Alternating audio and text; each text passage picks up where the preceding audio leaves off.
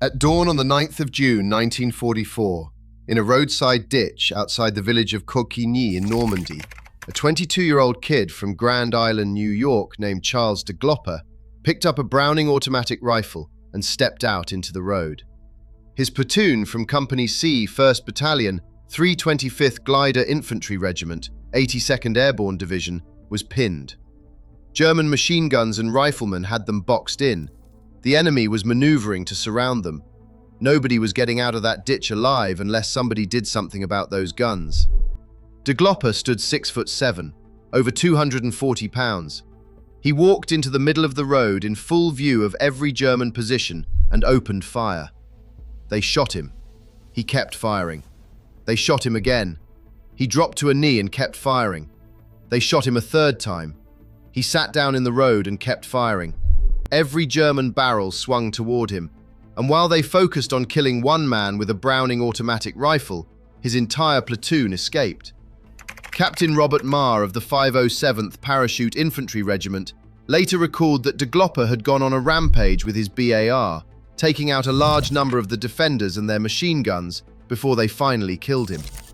When his comrades retook that ground, they found dead Germans scattered across the road and multiple machine gun positions that de Glopper had knocked out of action.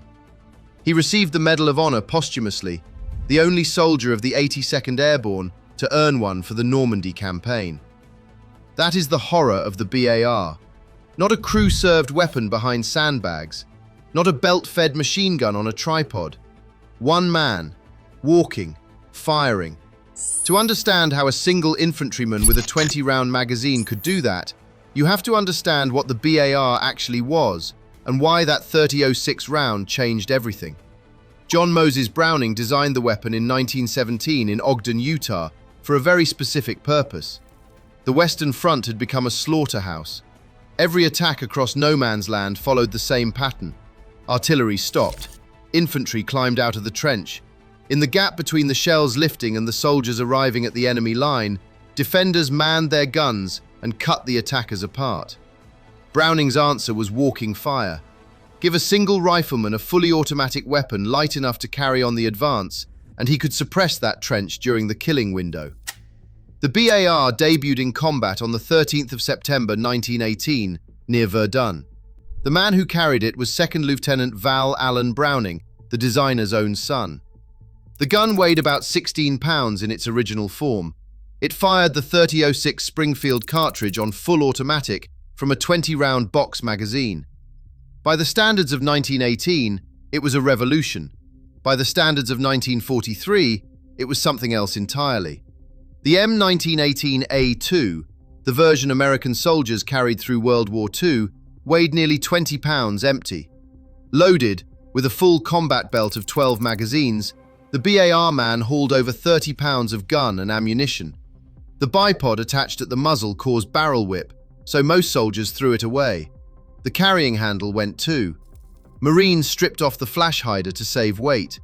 What remained was a long, heavy, air-cooled automatic rifle with a fixed barrel that could not be changed when it overheated and a magazine that ran dry in under 3 seconds of continuous fire. It sounds like a terrible weapon, and in many ways it was. But the BAR did one thing that nothing else in any infantry squad on Earth could do. It put a full-power rifle cartridge on fully automatic fire into the hands of one man who could carry it anywhere the rifleman went. This is the part that matters. The German 10-man grouper was built around the MG-34 or MG-42. That machine gun was the squad. The other 8 men carried bolt-action Kar 98K rifles and existed to feed the gun, protect it, and carry its ammunition. Kill the MG gunner, and you killed the squad's firepower. The Japanese squad followed a similar model. The Type 96 or Type 99 light machine gun anchored the position. The riflemen carried bolt-action Arisaka rifles. Aimed rate of fire for a trained bolt-action rifleman about 15 rounds per minute. The American 12-man rifle squad was philosophically different. It was built around the rifleman, and every rifleman carried an M1 Garand, semi-automatic, 8 rounds as fast as you could pull the trigger, 30 or more aimed rounds per minute from every man in the squad. The BAR existed to multiply what the Germans were already doing. So when an American squad made contact, the Germans and Japanese were not facing one automatic weapon supported by bolt-action rifles. They were facing one automatic weapon supported by 8 semi-automatic rifles.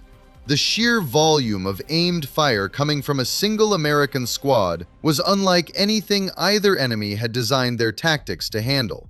And then there was the bullet itself. The 30-06 M2 ball round fired a 150-grain full metal jacket bullet at roughly 2,800 feet per second.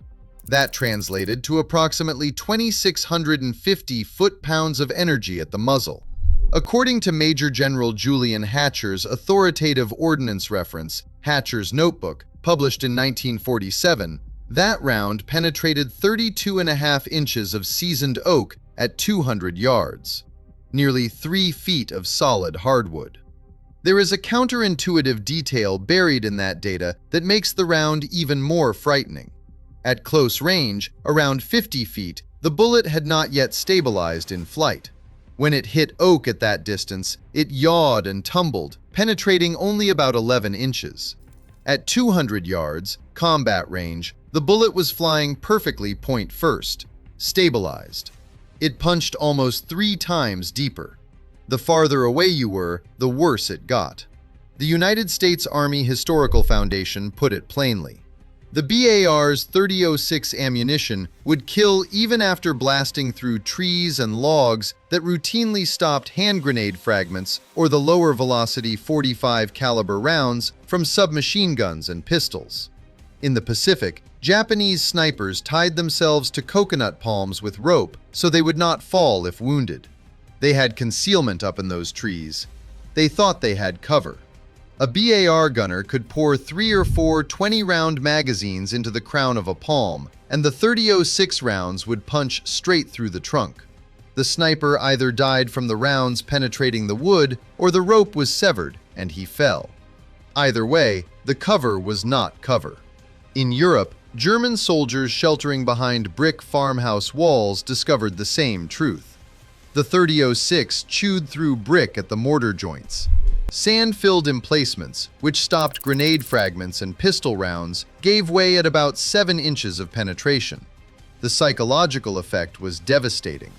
A soldier hears wood splintering inward, sees dust and chips kicked off the inside face of his sandbag wall, and realizes the thing between him and the enemy is not protection. It is an illusion.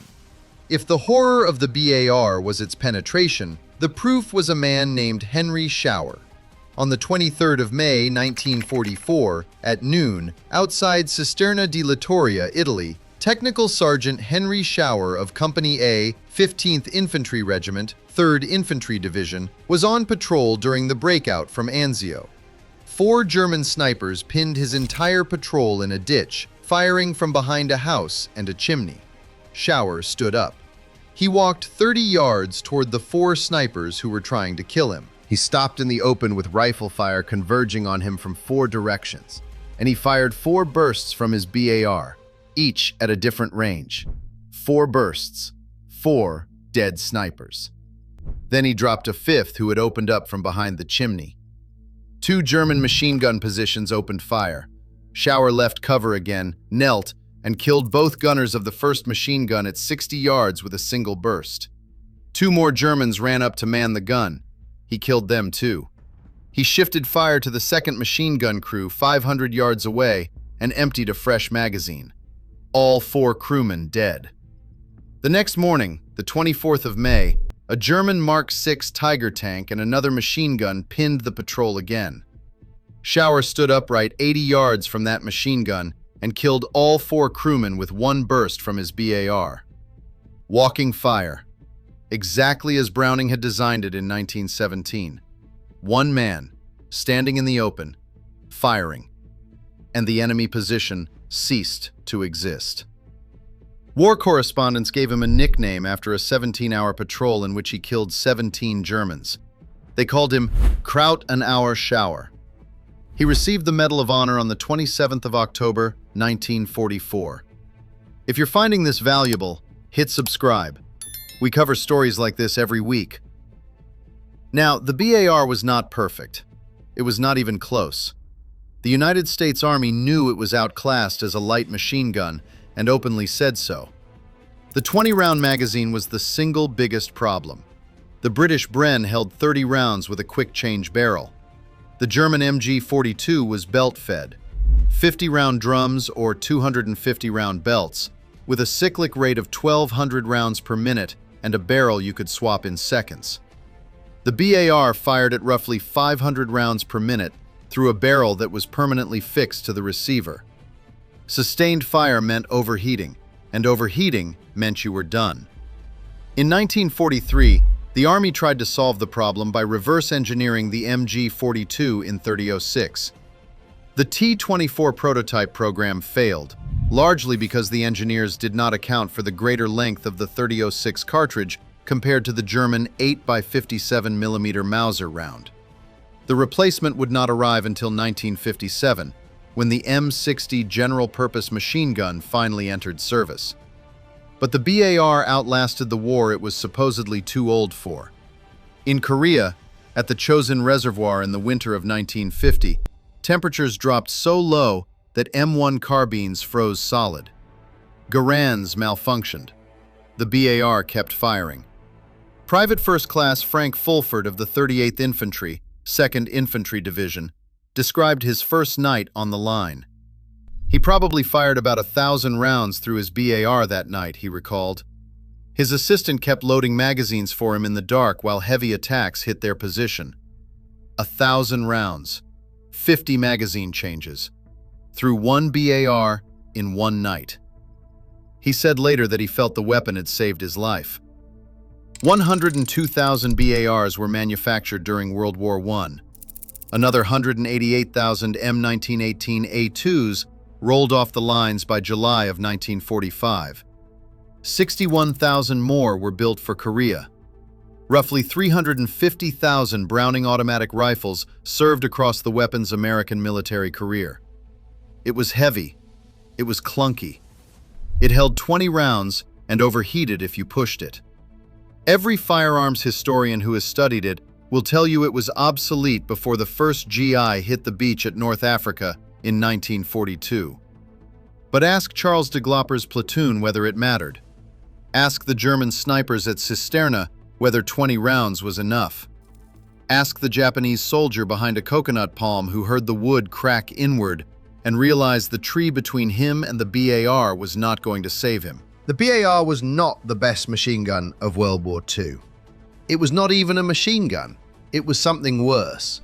It was a machine gun's firepower in one man's hands, firing a round that did not care what you were hiding behind, and every single American squad had one.